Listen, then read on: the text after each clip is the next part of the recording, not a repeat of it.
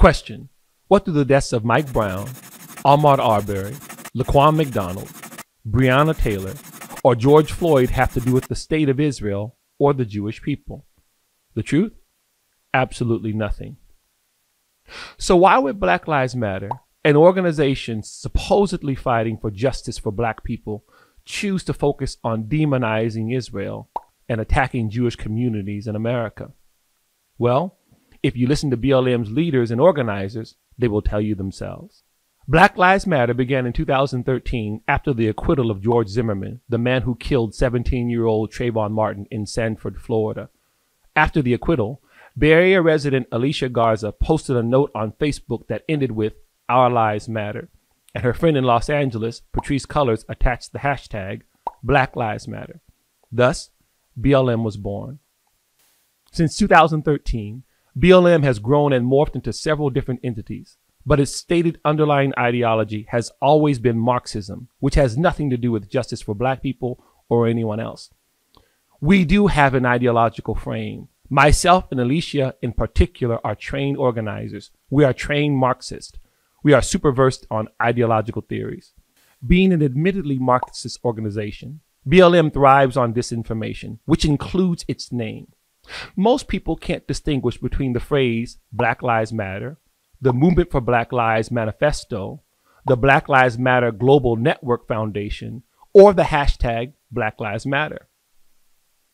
For most people, Black Lives Matter simply means that the lives of black people are as important as everyone else's. No fair-minded person would disagree with that sentiment, and BLM manipulates this fact. Any valid criticism of BLM, including its obsession with attacking Israel, is often met with accusations of racist, bigot, fascist, white supremacist, or Zionist. After the shooting death of Mike Brown in Ferguson, nationwide protests erupted decrying police brutality against unarmed black men. This even though Eric Holder's Justice Department concluded that Mike Brown attacked Officer Darren Wilson and attempted to take his gun. With media and politically driven protests in full swing, the hashtag Ferguson to Palestine emerged. No organization capitalized on the emotions and confusion like BLM, raising tens of millions of dollars in the process. Drawing false parallels between race issues in the U.S. and the Palestinian-Israeli conflict is nothing new. It actually began in the late 1960s as PLO chairman Yasser Arafat targeted young black civil rights leaders like Black Panther Eldridge Cleaver with anti-Zionist disinformation. The difference between the 1960s and 2014 is that media, influencers, social media companies, and dishonest politicians were more than willing to present a false narrative and blame Israel in the process. In November 2015, BLM leaders and other activists traveled to Israel, which they repeatedly referred to as Palestine, and filmed a Palestinian solidarity video. In a 2019 interview with Al Jazeera, BLM co-founder Patrisse Cullors explained why she and the others took that journey. We realized we need to take our solidarity a step further. We need to be more public. And so one of the first delegations that went to Palestine was led by the Dream Defenders. It was folks from Ferguson, folks from Black Lives Matter, folks from Dream Defenders, and we went on a solidarity trip and took several delegations to Palestine after that. And I think in some ways have been laying the foundation for the more public face in solidarity. And I think it's been incredibly powerful for our movement. In 2016, the BLM-related document Movement for Black Lives was published. In it, they accused Israel of committing genocide against the Palestinians, which is not true, and BLM aligns with the Boycott, Divestment, and Sanction BDS movement against Israel.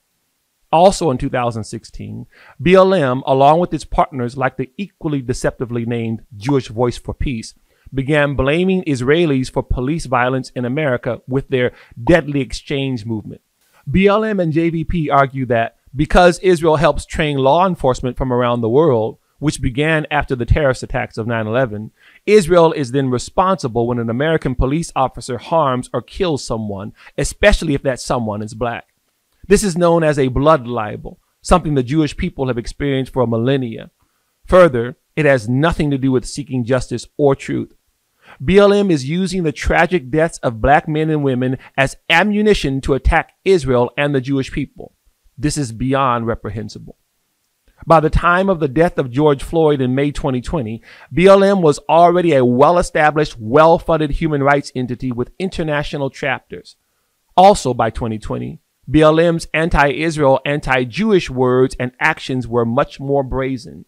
BLM LA leader Melina Abdullah boldly announced that the violence and pain and hurt that's experienced on a daily basis by black folks at the hands of a repressive system should also be visited upon those who think they can just retreat to white affluence. BLM LA then proceeded to the Jewish community of Fairfax. Journalist Daniel Greenfield reported on what most media outlets completely ignored. Quoting Chabad Rabbi Shimon Reichik, Greenfield wrote, "It's no coincidence that the riots here escalated in Fairfax, the icon of the Jewish community. I saw the Watts and Rodney King riots. They never touched the synagogue or house of prayer. The graffiti showed blatant anti-Semitism. It's Kristallnacht all over again."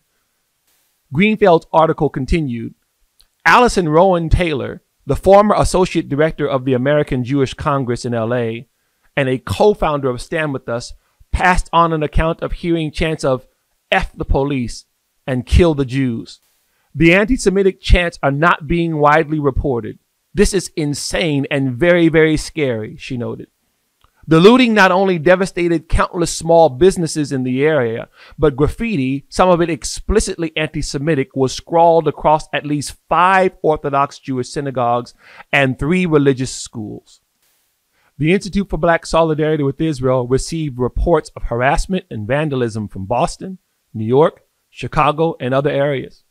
During Black Lives Matter rallies in Washington, D.C., chants and slogans included, "Israel, Israel, we know you. You murder children too." More of the same very dangerous anti-Semitic blood libel.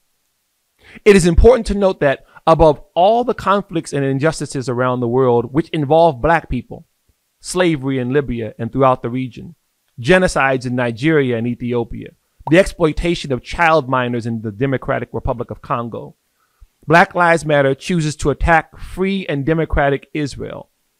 And that Israel hatred has translated to attacking Jewish communities in the U.S., proving once again that anti-Zionism is anti-Semitism. Again, this tactic of exploiting the black community to further the cause of Israel hatred and anti-Semitism is over 50 years old.